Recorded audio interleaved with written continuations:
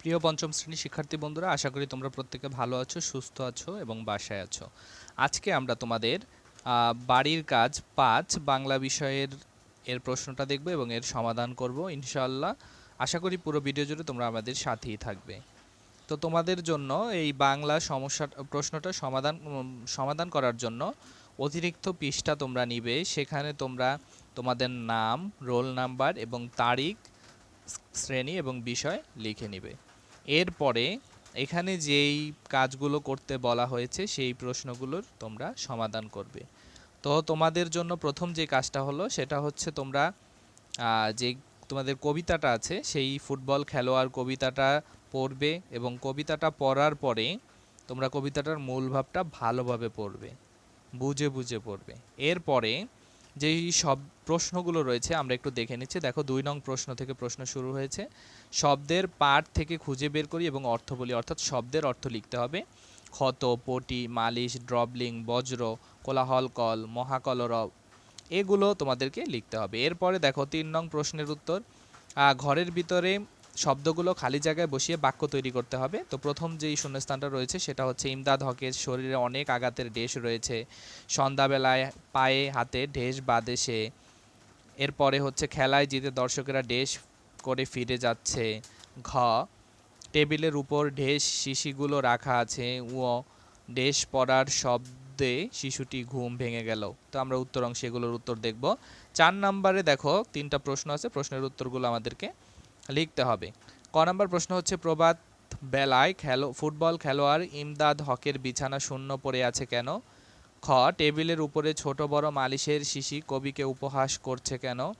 গ, কবিতা ইমদাদ হকের খেলা ও দর্শকের আনন্দপূর্ণ নানান অভিমতের বর্ণনা করো। এরপরে ৫ নং প্রশ্নের উত্তর, খালি জায়গায় কবিতার যে চরণটি এখানে নেই সেটি আমাদেরকে লিখতে হবে। তো উত্তর অংশে আমরা দেখব এগুলো। ইমদাদ হক ৬ নম্বরে হচ্ছে ইমদাদ হক সম্পর্কে ৫টি বাক্য লিখতে হবে। এরপরে কবিতাটি ৭ নাম্বার তোমরা নিজেরা করবে, যেটা তোমাদের কাজ, কবিতাটি আবৃত্তি করবে, অর্থাৎ কবিতাটি ভালোভাবে পড়বে। ৮ নাম্বারে দেখো তোমার প্রিয় খেলা নিয়ে একটি রচনা লিখো। তো এটা আমরা লিখব। এরপরে দেখো ফুটবল খেলা দেখতে যাওয়া সাময়িক ছুটি চেয়ে প্রধান শিক্ষকের নিকট একটি আবেদনপত্র, সেটাও আমরা লিখেছি, উত্তর অংশে আমরা দেখব। এরপরে গণিতের ফর্মটি খাতায় লিখো, এটা তোমাদের কাজ, নিজেরা করবে আশা করি। এটা একেবারেই সহজ। দেখো প্রতিযোগিতার ফর্ম, এই ফর্মটা তোমরা কি করবে, একটা সুন্দর পৃষ্ঠায় প্রথমে একদম উপরে বড় করে লিখবে প্রাথমিক ক্রিয়া, বিদ্যালয় ক্রিয়া ও সাংস্কৃতিক প্রতিযোগিতা। এরপরে যেটা আছে এটা সুন্দরভাবে খাতায় তুলবে, সবগুলো লেখা তুলে এরপরে এটা পূরণ করবে। তো তোমাদের নাম লিখবে ১ নম্বরে, ২ নাম্বার হচ্ছে তোমাদের বিদ্যালয়ের নাম, ৩ নম্বরের শ্রেণী, ৪ নম্বরের কতে লিখবে পিতার নাম, খতে লিখবে মাতার নাম, অর্থাৎ তোমার বাবা মায়ের নাম লিখবে। ৫ নম্বরে তোমার গ্রাম, অর্থাৎ কোন গ্রামে তুমি থাকো, তোমার ডাকঘর, এরপরে উপজেলা, জেলা, এগুলো পূরণ করবে। ঠিক একইভাবে স্থায়ী ঠিকানা, যদি তোমাদের বর্তমান ঠিকানা আর স্থায়ী ঠিকানা একই হয় তাহলে তোমরা ওই লিখে এই ফর্ম ঘরগুলো পূরণ করতে পারো, আবার চাইলে ওগুলো লিখতে পারো। এরপরে জন্ম তারিখ, তোমার জন্ম তারিখ লিখবে। যেসব খেলায় অংশগ্রহণ করতে ইচ্ছুক, তুমি যেই খেলাগুলো পছন্দ করো এরকম ৩টি খেলার নাম এখানে লিখে দিবে। এরপরে নিচে শিক্ষার্থীর স্বাক্ষর যেটা আছে সেখানে তোমার নাম লিখে দিবে। তো এভাবে এটা তোমরা নিজেরাই করে নিবে। তো আমরা কথা না বাড়িয়ে এবার সরাসরি উত্তরে চলে যাচ্ছি। প্রিয় শিক্ষার্থীরা, তো আমরা প্রথমে ২ নং প্রশ্নের উত্তর, শব্দের অর্থগুলো জেনে নিব। তো দেখো প্রথম যে শব্দটি ছিল সেটা হচ্ছে ক্ষত। ক্ষত শব্দের অর্থ শরীরের কাটা স্থান বা আঘাত পাওয়া স্থান, এখানে যে কোনো একটা অর্থ তোমরা চাইলে লিখতে পারো। এরপরে আছে যে শব্দটা সেটা হচ্ছে পটি। পটি অর্থ হচ্ছে কাপড়ের লম্বা টুকরা। মালিশ, যে ওষুধ বা মলম ঘষে ঘষে শরীরে লাগাতে হয়। ড্রবলিং, ফুটবল খেলার একটি কৌশল। ফুটবল খেলার একটা কৌশলের নাম হচ্ছে ড্রবলিং। এরপরে হচ্ছে বজ্র অর্থ বাজ। বজ্র অর্থ বাজ, অর্থাৎ ঝড়ের দিনে যে বিদ্যুৎ আমরা বলি বিদ্যুৎ চমকে অর্থাৎ আলো জ্বলে ওঠে, এটা হচ্ছে বজ্র বা বাজ। কোলাহল কল অর্থ গোলমাল। কোলাহল কল অর্থ গোলমাল। মহাকলরব অর্থ হচ্ছে আওয়াজ। মহাকলরব অর্থ হচ্ছে আওয়াজ। তো আমরা শব্দের অর্থগুলো একে একে জেনে নিলাম। এরপরে ৩ নং প্রশ্নের উত্তর আমরা দেখব। ৩ নং প্রশ্নের শূন্য স্থানগুলো পূরণ। তো দেখো ৩ নং প্রশ্নের উত্তরগুলো একটু দেখে নাও, এখানে শুধু উত্তরগুলো দেয়া আছে। ক নাম্বার হচ্ছে ক্ষত, খ নাম্বার হচ্ছে পটি, গ হচ্ছে মহাকলরব, ঘ হচ্ছে মালিশের, উ হচ্ছে বজ্র। তো এগুলো হচ্ছে ৩ নং প্রশ্নের উত্তর। ৩ নং প্রশ্নের উত্তরে শূন্য স্থানের উত্তরগুলো এখানে লেখা আছে। এর পরের প্রশ্নের উত্তরটা দেখব। তো প্রিয় শিক্ষার্থীরা, এখানে প্রথম যে উত্তরটি রয়েছে তোমাদের প্রশ্নের উত্তরগুলো লিখতে হবে। তো প্রথম উত্তরটা আমরা দেখে নিচ্ছি। প্রবাদ বেলায় ফুটবল খেলোয়াড় ইমদাদ হকের বিছানা শূন্য পড়ে আছে, কারণ সে খেলায় অনুশীলন করতে বেরিয়ে পড়েছে। ইমদাদ হক একজন ফুটবল খেলোয়াড়। খেলতে গিয়ে তার হাতে পায়ে অনেক আঘাত লাগে, কিন্তু তবুও সে থেমে যায় না। ভাঙা হাত পা নিয়েই সে মাঠে খেলতে নামে। তাই রাতের বিশ্রাম শেষে প্রভাত হলেই সে খেলায় অনুশীলন করতে মাঠে ছুটে চলে যায়। এ কারণেই প্রভাত বেলায় ফুটবল খেলোয়াড় ইমদাদ হকের বিছানা শূন্য পড়ে থাকে। প্রিয় শিক্ষার্থীরা, তোমাদের কাছে একটা ছোট্ট অনুরোধ, তোমরা ডেসক্রিপশনের লিঙ্ক থেকে আমাদের ফেসবুক গ্রুপে জয়েন করে তোমরা যে কোনো উত্তর এবং সমস্যা সম্পর্কে জানতে পারবে। তো দেখো পরের প্রশ্নের উত্তর, খ নাম্বার।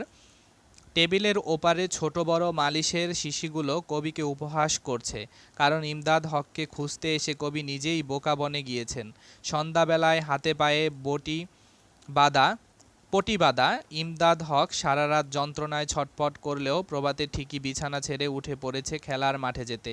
কবি তা না জেনেই সকালে ইমদাদ হককে দেখতে যান এবং গিয়ে দেখেন তার বিছানা খালি পড়ে আছে। ইমদাদ হকের ইচ্ছাশক্তি সম্পর্কে অবগত হয়ে কবি অবাক হন এবং তার মনে হয় যে ইমদাদ হকের মালিশের শিশিগুলো পড়ে আছে। এর পরের প্রশ্নটা দেখো, উত্তরটা দেখে নিচ্ছি। তৃতীয় প্রশ্নের উত্তর।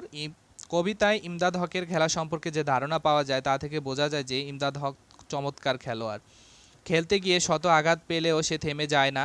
তার মনোবল অত্যন্ত দৃঢ় এবং সে প্রবল ইচ্ছাশক্তির অধিকারী। ভাঙা পা দিয়ে ফুটবল খেলেই খেলায় জয়লাভ করে সে। আর তার খেলা দেখে বিস্ময়ে অভিভূত দর্শক জয়ের উচ্ছ্বাস করতে বাড়ি ফেরে। ফুটবল খেলার টানে টান টান উত্তেজনা জয়ের আনন্দ পুরো কবিতাটিতে এক চমৎকার আমেজ সৃষ্টি করেছে। দেখো এর পরের যে প্রশ্নের উত্তর সেটা একটু লক্ষ্য করো। সেখানে কবিতার একটা চরণ দেয়া আছে, অন্য একটা চরণ দেয়া নেই, সেটা আমাদেরকে লিখতে হবে। তো আমি এখানে শুধু যে চরণটা দেয়া নেই অর্থাৎ উত্তরটাই লিখেছি। প্রথম ক নাম্বার উত্তরটা হচ্ছে, মেসের চাকর হয় লবে যান শেক দিতে ভাঙা হাড়ে। আমি আবার বলছি, মেসের চাকর হয় লবে যান শেক দিতে ভাঙা হাড়ে। খ হচ্ছে, উপহাস যেন করিতেছ মোরে ছিপি পরা দাঁত তুলি। এরপরে গ নাম্বার যে লাইনটা দেয় নাই সেটা হচ্ছে, ভাঙা দুটি পায়ে জয়ের জন্য লুটিয়া আনিল আসি। তো এই তিনটা চরণ এখানে দেয়া ছিল না, সেই তিনটা চরণ তোমরা লিখে দিবে। এরপরে দেখো এর পরের যে প্রশ্নের উত্তরটা সেটা আমরা এখন দেখব। এর পরের প্রশ্নের উত্তরে রয়েছে ৬ নং প্রশ্নের উত্তরটা। দেখো এখানে একটু দেখে নাও। ৬ নং প্রশ্নের উত্তর হচ্ছে, ইমদাদ সম্পর্কে ৫টা বাক্য। তো ইমদাদ সম্পর্কে আমরা যে ৫টা বাক্য লিখেছি, তোমরা চাইলে এগুলো পরিবর্তন করতে পারো, তো আবার এগুলো লিখতে পারো। তো দেখো প্রথম বাক্যটা হচ্ছে, ইমদাদ হক একজন ভালো ফুটবল খেলোয়াড়। ২, সে খেলতে গিয়ে হাতে পায়ে আঘাত পেত। ৩, ব্যথার জ্বালায় সে সারা রাত চিৎকার করত। ৪, খেলায় জয়লাভের জন্য সে দৃঢ় প্রতিজ্ঞ থাকত।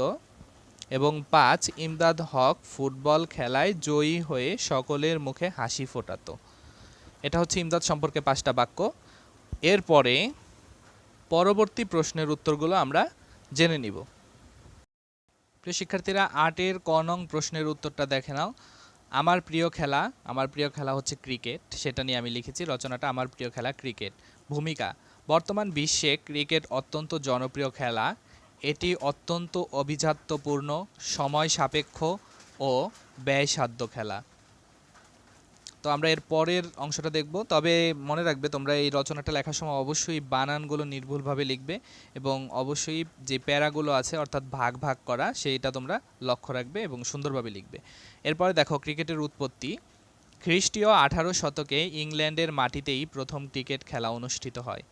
ঊনবিংশ শতাব্দীর শেষ দিকে ইংল্যান্ডের ক্রিকেট দল আন্তর্জাতিক সফরের মাধ্যমে পৃথিবীর ক্রিকেট প্রিয় দেশগুলোর সঙ্গে প্রতিযোগিতায় অবতীর্ণ হয়। মাঠ ও খেলার উপকরণ। ক্রিকেটের জন্য দরকার একটি প্রশস্ত মাঠ। এ মাঠের মাঝখানে ২২ গজ দূরে দুদিকে ৩টি করে কাঠের খুঁটি পুঁতে দেওয়া হয়।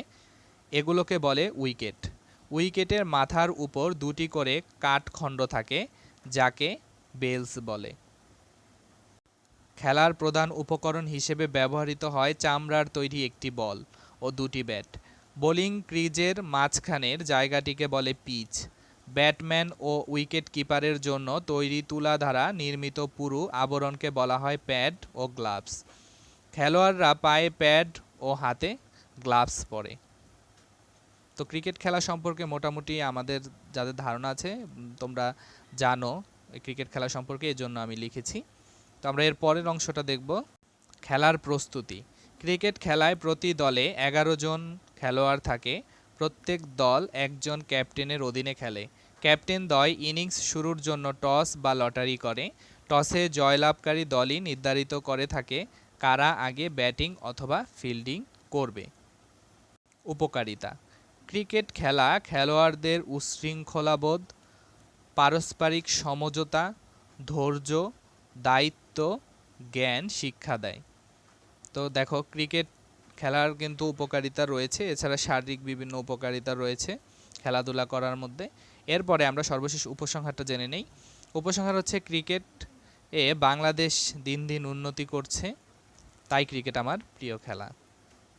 এরপরে আমরা ৮-এর খ নাম্বার প্রশ্নের উত্তরটা এখন দেখব।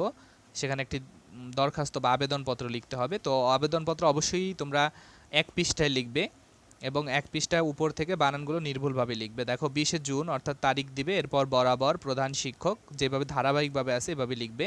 তোমাদের স্কুলের নাম লিখবে, এরপরে ঢাকা, তারপরে লিখবে ঠিকানা, এরপরে বিষয় ফুটবল খেলা দেখার জন্য ছুটির আবেদন। এগুলো প্রত্যেকটা লাইন ধারাবাহিকভাবে থাকবে, কিন্তু তোমার ব্যক্তিগত অর্থাৎ তোমার নিজেরটা এখানে লিখতে পারবে। জনাব, সবিনয় নিবেদন এই যে আমরা আপনার বিদ্যালয়ের ৫ম শ্রেণীর শিক্ষার্থী। আজ খ উচ্চ বিদ্যালয়ের ১০ম শ্রেণীর ছাত্রদের সঙ্গে গ উচ্চ বিদ্যালয়ের ১০ম শ্রেণীর ছাত্রদের এক প্রীতি ফুটবল খেলার আয়োজন করা হয়েছে। আমরা পরের অংশ দেখব, তার আগে তোমাদেরকে বলে রাখছি এগুলো বানান যেন নির্ভুল হয় সেই দিকে লক্ষ্য রাখবে এবং হাতের লেখা সুন্দর করে লিখবে। এই খেলা আমাদের বিদ্যালয়ের পাশের মাঠে অনুষ্ঠিত হবে। আমাদের ক্লাসের প্রায় সবাই খেলাটি দেখার আগ্রহ প্রকাশ করেছে। আমরা এরপরে শেষের যে স্লাইডটি আছে সেটা দেখব।